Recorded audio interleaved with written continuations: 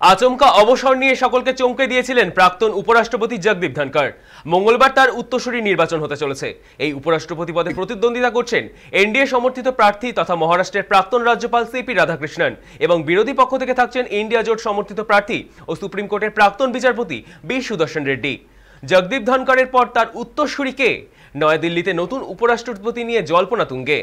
মঙ্গলবার নয়া উপরাষ্ট্রপতি নির্বাচন হতে চলেছে। নির্বাচন করবেন লোকসভা এবং রাজ্যসভা সাংসদরা। নির্বাচিত সময়সূচি অনুসার সকাল 10টা থেকে সংসদ ভবনের F101 কক্ষে নির্বাচন চলবে বিকেল 5টা পর্যন্ত। সকাল সকাল ভোটদান করবেন প্রধানমন্ত্রী নরেন্দ্র মোদী।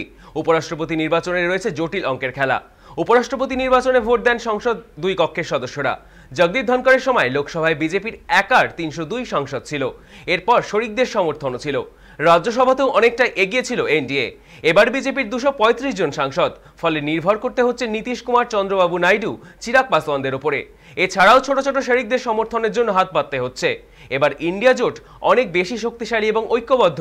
গতবার লোকসভায় কংগ্রেসের ছিল 54টি আসন, এবার বেড়ে প্রায় দ্বিগুণ।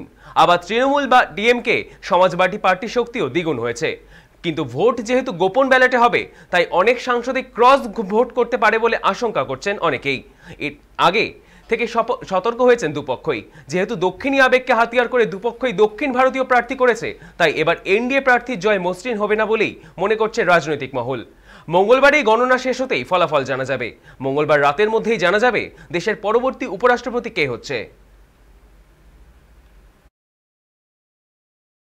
देखें तो एक पूरी